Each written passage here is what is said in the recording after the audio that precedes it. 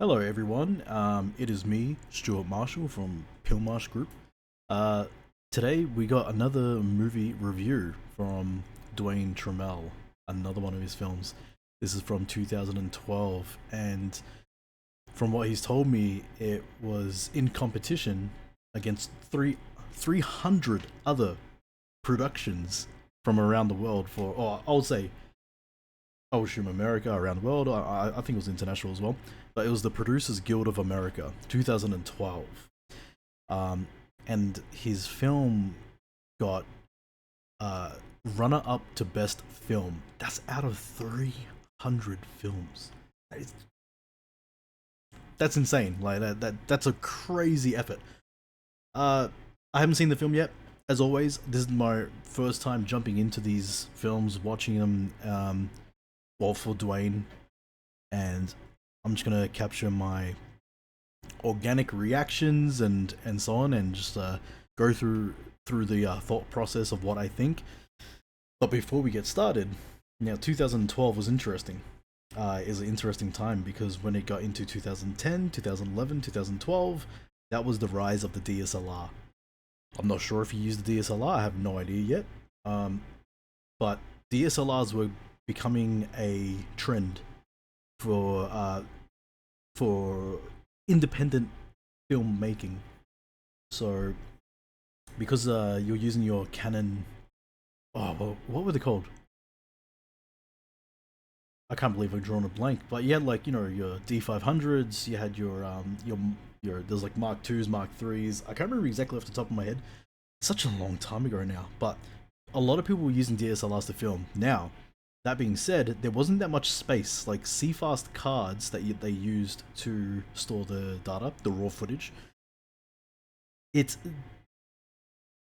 depending on the size that you got, it did not capture a lot of footage. You didn't have, like, so you were constantly switching out your CFast cards. Like it was crazy.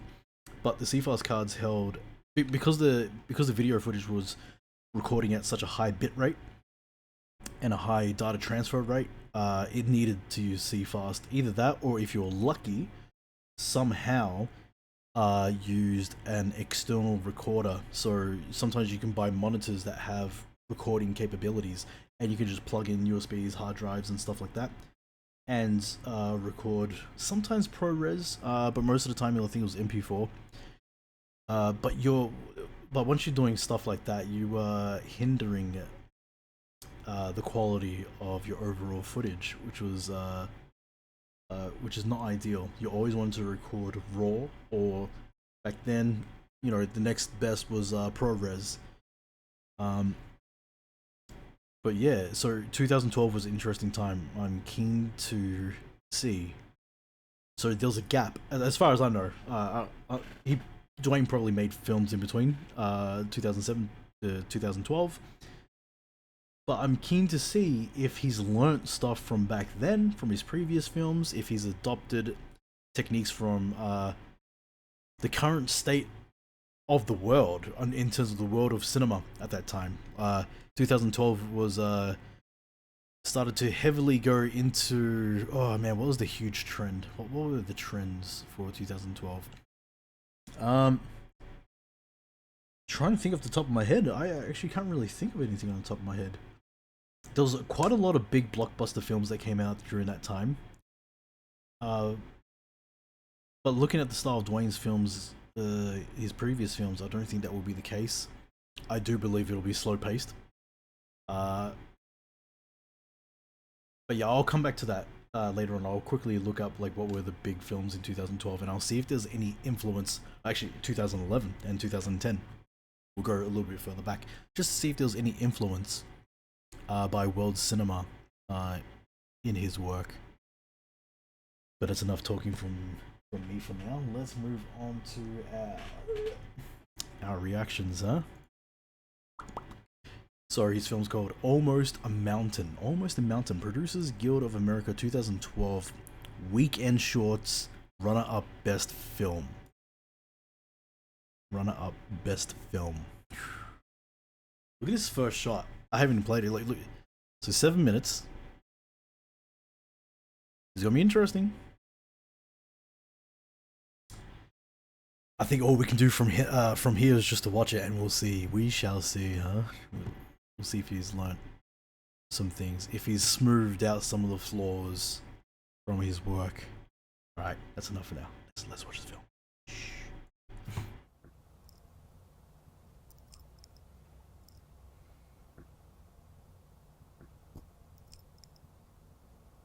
I actually walked into his upholstery shop yesterday. And how'd that go? Odd. I didn't know what to say. He knew I was there, of course, and asked how he could help me. Could he help me? Did you say anything? I pretended like I needed some upholstery services, but eventually I asked him how he lost his eyesight. He said it was a biking accident and told me all the details. Not once did he blame it on someone else. What do you think that means? I don't know. Maybe it means that he can't talk about it. But whatever it means, I owe him something. Something significant. Talk a little more about that. Why do you feel like you owe him something? Because it was my fault. You told me yourself it was an accident. It sounds like you're searching for the Holy Grail of absolution. I don't know what I'm searching for.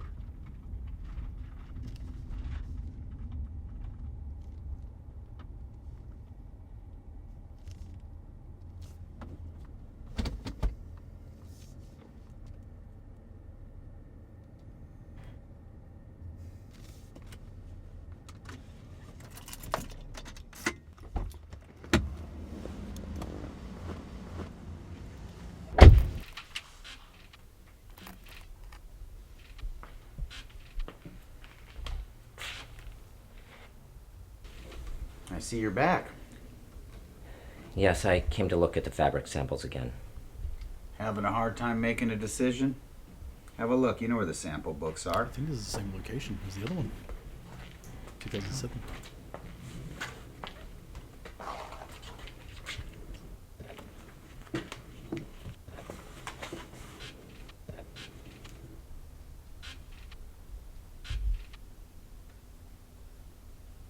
That helmet has seen better days. Yeah, I keep it as a reminder of how life can change in an instant. Can I ask you a question? Why not? I'm not going anywhere. What do you miss the most since your bicycling accident? I assume you mean other than the vision. Yes. I did a lot of cycling. Could say it was my passion. There's this hill, almost a mountain, but not quite. On a warm summer day, when the sky was clear, I could see all the way to Mexico from the top. I loved riding up that hill. I'd work my way to the top, turn around, I would fly down that hill. My arms above my head, the wind in my hair. That is what I miss.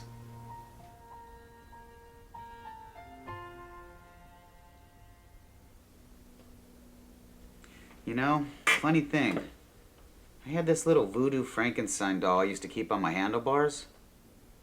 After the accident, I got back every piece of that bike, except for that doll. I always wondered what happened to that doll. Well, this is a really popular brand with our customers, so, I mean, that alone says a lot. And we have a great return policy. If you're not happy with it, bring it back within 30 days. No problems. Oh, thank you very much. You're very welcome. Hi there, my name is Anne. Is there anything I can help you with today? I'm actually looking for the Holy Grail. Oh, I'm afraid those are on back order. But is there anything in stock that I could interest you in? That'll do.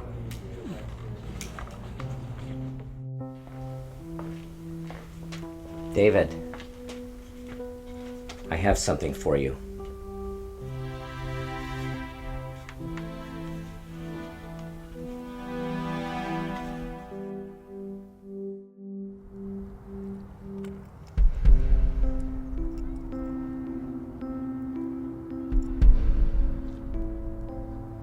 Are you ready, David?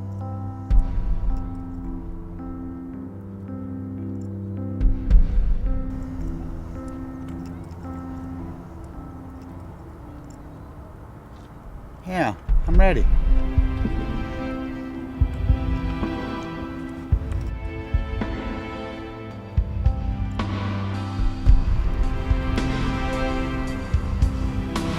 How does it feel? Woo! Woo!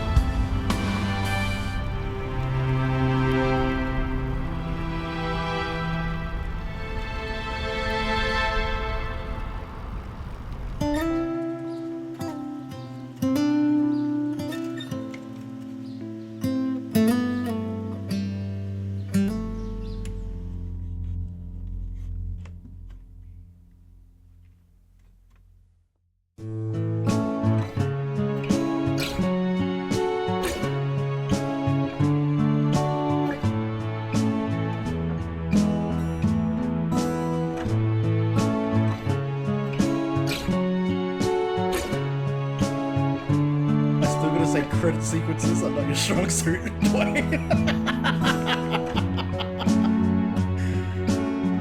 I'll explain why after this.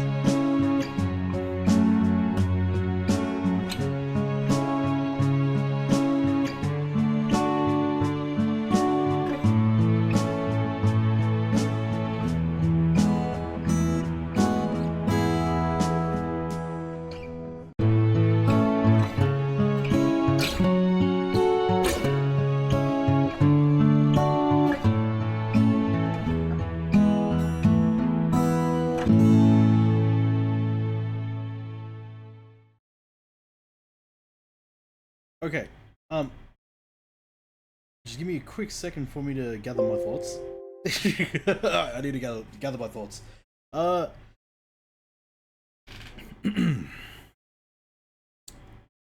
First things first.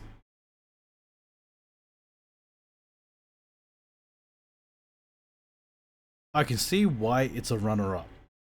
Okay.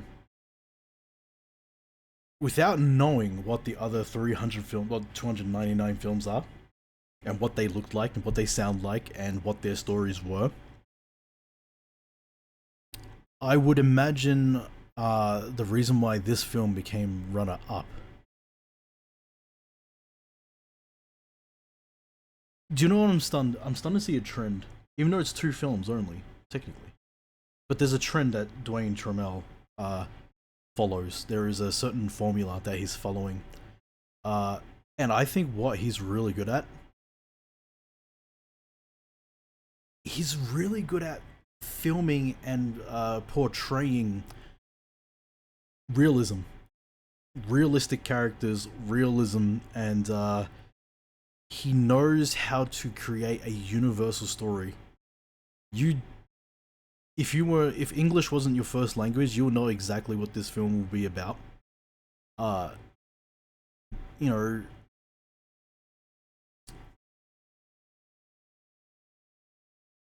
like, so here's the thing. So the main actor in this film was the same one in the 2007 one that I ripped apart. That I absolutely ripped apart. And I commented on his acting abilities, or on his performance, not acting ability, but his performance on that film, Detonate. And I thought it was just way too robotic. It was just off-putting. It really threw me off, and I didn't like it at all. And I thought that was definitely a weakness in the film, among other things, in terms of fleshing out the story and so on. But Almost a Mountain,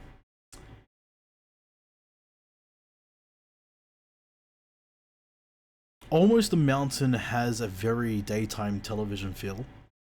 These fade ins and fade outs like that type of transition reminds me of like how they would just like cut to a commercial and then come back after like a few minutes and stuff like that. Like that's why I was laughing a little bit. Like it felt very daytime television. That's not necessarily a bad thing. Because daytime television is meant to appeal to a large and wide audience.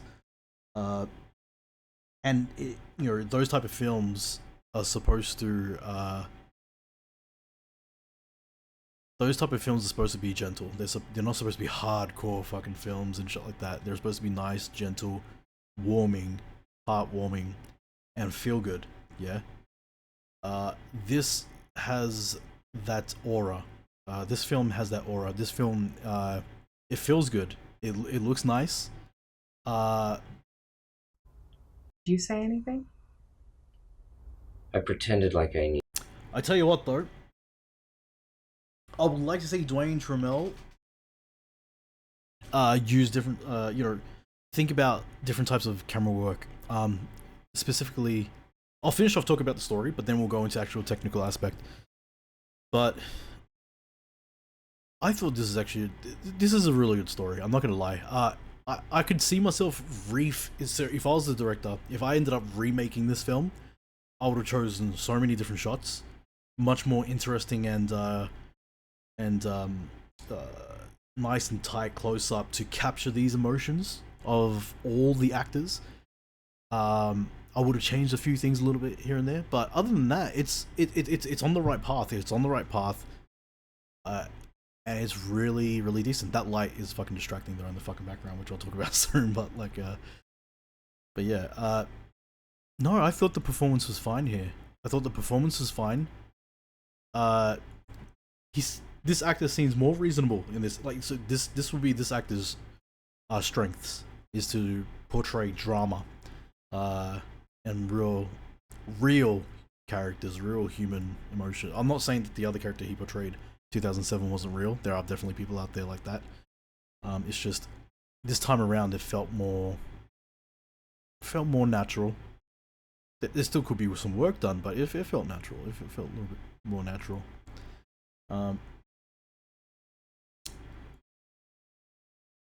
See, because at first I didn't know he was blind, and that's a good thing. Wait, did he say it? I don't remember now if he said it or not. So when I'm watching films, there are so many things running through my mind. Yeah, I keep it as a reminder of how life can change in an instant. Can I ask you a question?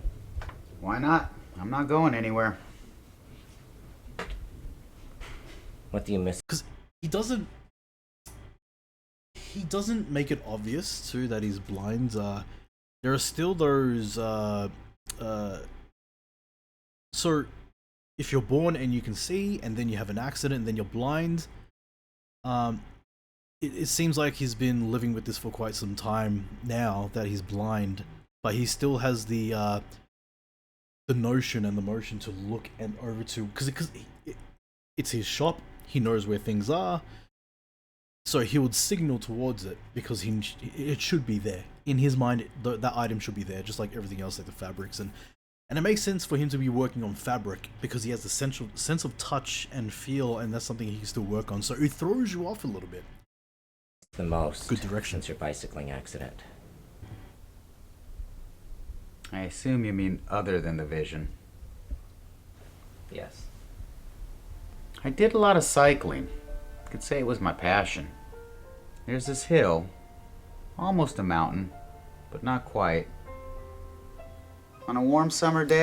And that's the thing when you're blind, like, because there are different types of blindness, right? There's ones where it's just pitch black, you can't see anything. There are blindness where everything is just blurry and you just cannot make any. You can't see objects. Everything is just nothing but a blur. Like, yeah, so, but you can still see color and light and stuff like that. So there's that type of blindness too. But yeah. When the sky was clear, I could see all the way to Mexico from the top. I loved riding up that hill. I'd work my way to the top, turn around, I would fly down that hill. my arms above my head, the wind in my hair. That is what I miss.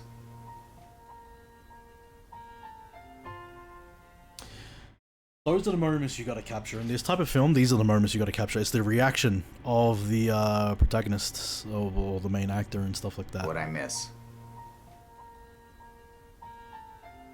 To be honest, so when I go to the technical aspects, I'll tell you what I would have changed a lot to make a much more gripping, because no matter what, film is also a visual medium, not just sound and everything like that. Like, it's a visual medium. These type of shots are all very textbook shots, and I would like to see in the future if you just decided to go for more, not daring shots. I wouldn't say daring shots. I would say just a little bit more creativity on how the way we shoot things. You'll see what I mean when I go through it. You know, funny thing. I had this little voodoo Frankenstein doll I used to keep on my handlebars. After the accident, I got back every piece of that bike, except for that doll. I need to go back to the start because I think I'm missing something, and I want to make sure I'm not missing anything. Shop yesterday. I actually walked into his upholstery shop yesterday. That's what I thought. Like, he is guilty of an act that was done. And how'd that go? Odd. I didn't know what to say. Yeah, so he was the one that like caused the accident. He knew I was there, of course. I just want to make sure. How he could help me. Could he help me? Did you say anything? I pretended like I needed some upholstery services, but eventually I asked him how he lost his eyesight. He said it was a biking accident and told me all the details. Not once did he blame it on someone else. What do you think that means? I don't know. Maybe it means that he can't talk about it. But whatever it means, I owe him something. Something significant. Talk a little more about that. Why do you feel like you owe him something? Because it was my fault. You told me yourself it was an accident. It sounds like you're searching for the holy grail of absolution. I don't know what I'm searching for. Okay, yeah. I don't know why I forgot that the start of the film. Like I said, I could be dyslexic. Who knows? In film, I could be. Images are flying towards me, sound and audio, everything like that. And then sometimes it might just go through one ear out the other, through my eyes, and back of my head explode. Like, I have no idea sometimes. But I was just making sure. I was making sure. But yeah, so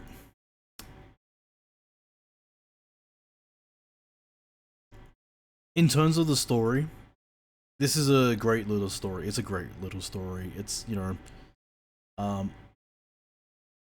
the main character has caused an accident. He knows it's his fault, but they still call it an accident. So that means, you know, he's suggesting that no matter what anyone says, that he is in the wrong, and everyone around him is telling him that's not your fault. And that happens in real life. That happens a lot in real life. And so many people live with the guilt, that they've done something, and the fact that this man can't see him and doesn't know exactly who he is. And he talks about this story about, you know, like just reminiscing of what it's like, and then he goes out. Then the lead character goes out of his way to make this gesture, a gesture of humanity, a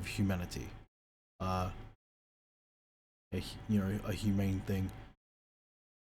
There's the walking stick. I didn't even see the walking stick when I first, because I'm so focused on his hands and his face and facial expressions. I didn't really see the walking stick. Wasn't really focused on it. But I knew straight away that, like, I knew that he was blind once he went to touch the helmet and he went to feel for it. And especially how the way he just turned his head too. Thing for you. Because he's not really looking at the helmet, he's looking past it, and then he touches it and he's like, what? So yeah, and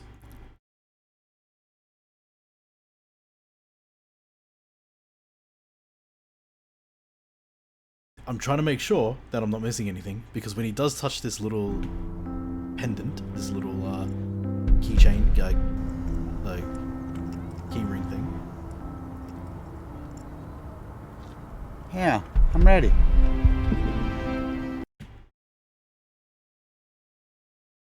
Do you know what I think would have been better there? A recognition from the supporting actor. He should have reached, if he could, to the lead actor's shoulder, and they could have shared that one moment, and softly say, "Thank you, I'm ready." Like, if that would have been my slight change in direction, because then there's this acknowledgement that goes, "Wait, I know this item. I know this is mine." And he's like, "Wait, is this the guy?" And then, like, having that recognition, ooh, that would have been much more somber. It would have been, that's what I think.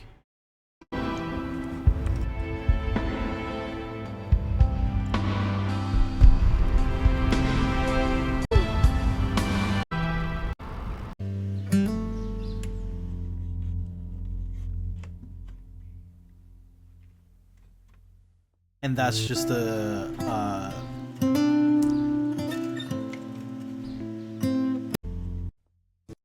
and that there is just a that final shot is just a show of progression and moving on and acceptance and stuff like that. So anyways, yeah, nah, good film. Very, very good film. I can see why it came runner up. Now to the technical aspects, huh? Yes, let's talk about technical aspects. I absolutely hate the title sequences.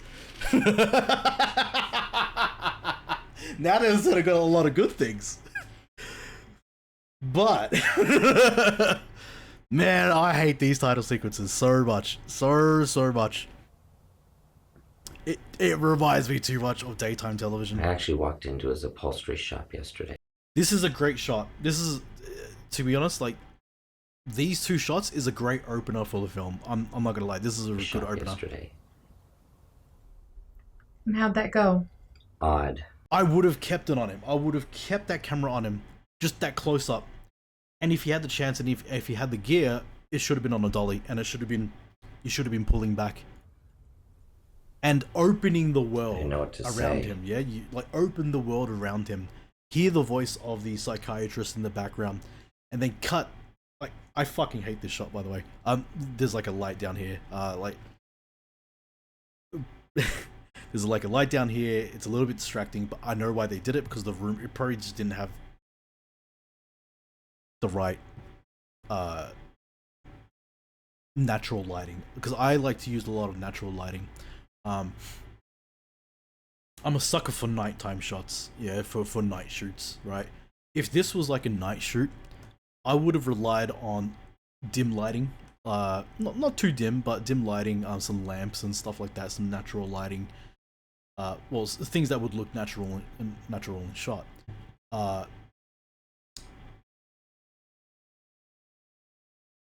It's really warm, don't you think? Like, it just, the colors. I would have drawn back a little bit on the colors. That fucking title. He knew I was there, of course. To be honest, I would have never had these title sequences at the very beginning like this for this type of film. I would have just let that play. I would have had like a muffled sound of the psychiatrist talking, as if he's not really listening, as if he's in his deep thought. I actually walked into his upholstery shop yesterday. Yeah. And how'd that go? I would have changed that shot. I would have never cut. I would have pulled back. I would have let the actor act for as long as possible. And really, because it's the connection that he has to you, the audience, to you in the like looking directly at you. I did that for Flyer, and I do that a lot for some of my films. I want the actors to sometimes break the fourth wall, look straight down the lens, to engage that connection with the audience. if it needs it, if the story calls for it. I hate that shot. I would have settled. I would have went from there to over the shoulder shots. I would have kept them both dirty in frame. I would have made it much more simple. These are textbook shots. These are like just textbook mid shots and stuff like that. For this type of film, I would have kept it close. Sometimes handheld too, but I know. See, it's a little bit controversial handheld shots because it does look unprofessional sometimes.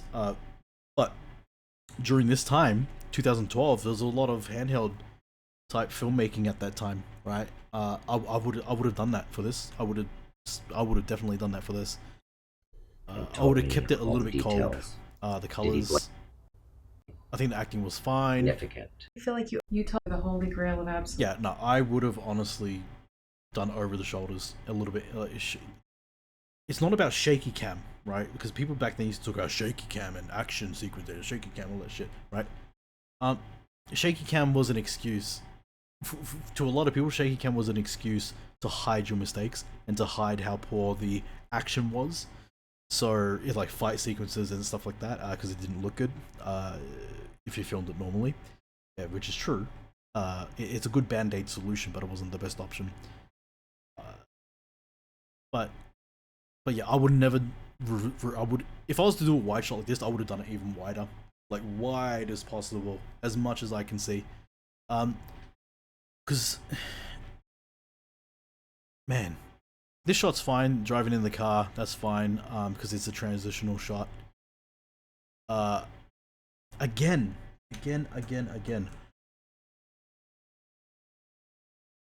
See, this shot is not a good example of a wide shot. To me, as a cinematographer, as a storyteller, to me this is not a good example for a wide shot. I wouldn't shoot. Like, I don't shoot like this anymore, personally. I would have saved the wide shot like that for here, because the reason why I would save a wide shot for this scene, like an even wide, like wider than this, I would save it to show the distance between the main character and the supporting. I would have shown this distance between them, because he's not sure what like he wants to perform this gesture for him. He's not sure how the way he's going to react, so he questions what he thought about it. Does he miss it? Because he's trying to find the right way to say I'm sorry, and there's nothing, if it means anything, I'm sorry, right? Because that's what we're leading up to, yeah. But I would have saved the wide shots for this scene. And then later on, punching closer. Go from wide, closer. Start close, punch out to wide, and bring the film closer and closer and closer and closer. So those are the things I would have technically changed in the camera shots. See, like there were moments where you had this. See, like we're going over the shoulder, yeah, a little bit, right? We have the actor dirty in frame and our subject in full focus. See, these are the right shots here because that's what you want. You know, that's definitely what you want.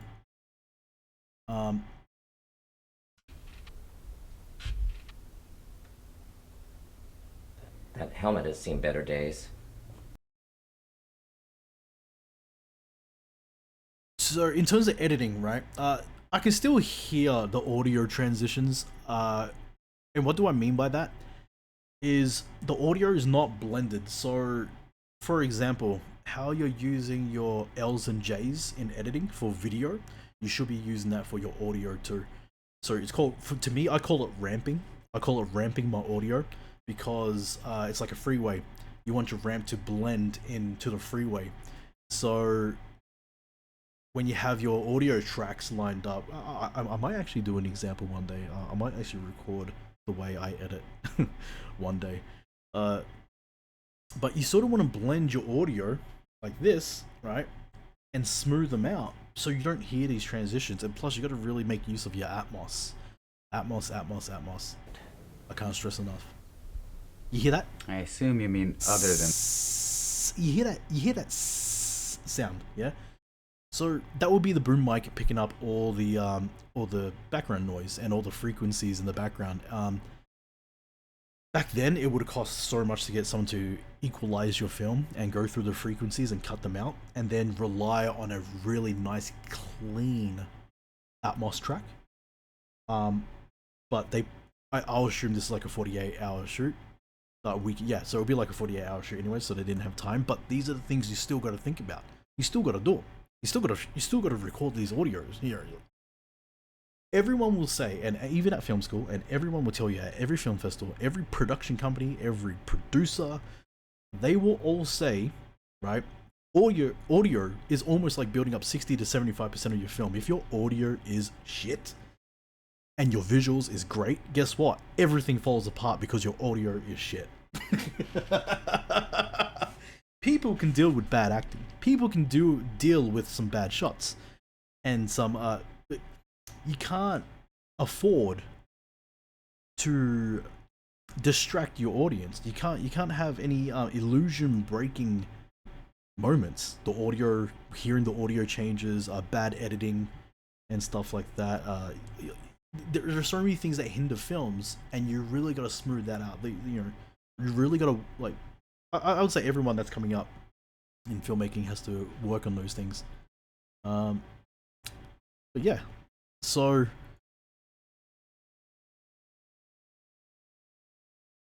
yeah, technical aspect is fine. I have no idea. I still have no idea what they shot on. 720p. What did they shoot on? I'm just gonna take a guess. I do think it's a DSLR. I do think it is a DSLR. I don't know which one it is.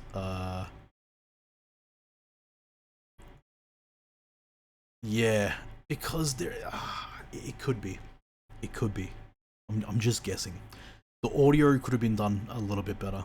It could have been cleaned up a little bit better. So all you sound recordists out there, when you're on set and you've recorded sound, feel free for competitions like this, yeah, because everyone has to work together as a team. For competitions like this, before you hand the audio over to your editor, if you can, clean the audio first. If you know how to equalize, do it for them. Do it for them, because the editor is most likely not going to do it. You know, clean the audio, adjust the levels for them, and go, here's the files. Boom. You know, here's the files, because it's only audio files. They don't take up that much space. You know, they're not going to take up terabytes, gigabytes. They're not going to take up like a few hundred meg. So just, you know, these are the things to think about when you make competition films. You know, you don't want to judge like the 3 to 4 to 5 judges, right? They're going to be watching 300 fucking films, and you want to stand out. Try as hard as you can to not jar them, because they're going to be watching a lot of films. And no offense, but I think they're going to be watching a lot of bad films. So, films that have so many mistakes and so much audio problems and stuff like that. And yeah, so just think about that type of stuff, yeah. Think about that type of stuff. Now, I'm not saying I'm not fucking perfect. I'm still learning. But I can still identify where the problems are, and I still identify problems where, even with Flare, my last competition film, even with Flare, there are problems. There are audio problems. It's not smooth enough. I didn't have any Atmos. I disguised a lot of things, and I did a lot of voiceovers here and there. But yeah, but I used 2 lapel mics for Flare and 1 boom. I used the boom to capture everyone in the foreground, and everyone in the background had lapels. So yeah, like, it was, I had a lot of work to do. Maybe I might just dissect Flare when the time comes. I can't show it yet because I'm preparing it for other film festivals. But yeah, other than that, Almost Mountain, nice film. Like, overall, if I was to score this film in terms of like give it like a 1 to 10, this would score for 2012. Let me think, for 2012, because I'm also comparing it to other films that were made in 2012 for me in Australia. I'll give it like an 8.5. 8.5. Yeah, like, I think like overall, that's an overall. and the only thing that drags it down, is just the only thing, like, because the story is fine to me. I think the story is absolutely fine. I wouldn't change the story. Maybe just some tiny bits of direction, and that's about it. And choices of shot. But I'll say 8.5 is fair. 8.5 out of 10 is fair. I'll say that. I'll definitely say that. But yeah. Alright guys, I think I talked enough. 40 minutes for a fucking 7-minute video. Jesus Christ, I talked forever. I hope these are good insights for you guys. But yeah. If you'd like to join in on the journey, subscribe to my channel. For This Is Indie. This is our Pillmarsh group. So we're Pillmarsh Group. We're a production company in Australia. And we make films, and sometimes hey, we suck. No, I'm not gonna say that. I'm not gonna say we suck, but we've been doing it for a long time. We've won awards here and there. Sometimes we make films that just totally bomb, and sometimes we make films that look pretty good and they're pretty decent, and they get into film festivals and stuff like that. So, but yeah, I guess for over the next few days, I have the permission to review some other 4 Points Film Festival films. Gonna be exciting. Alright guys, I'll catch you all in the next video. I've talked enough for today. But yeah, subscribe, share, and who knows, your video might be next. Alright, goodbye guys.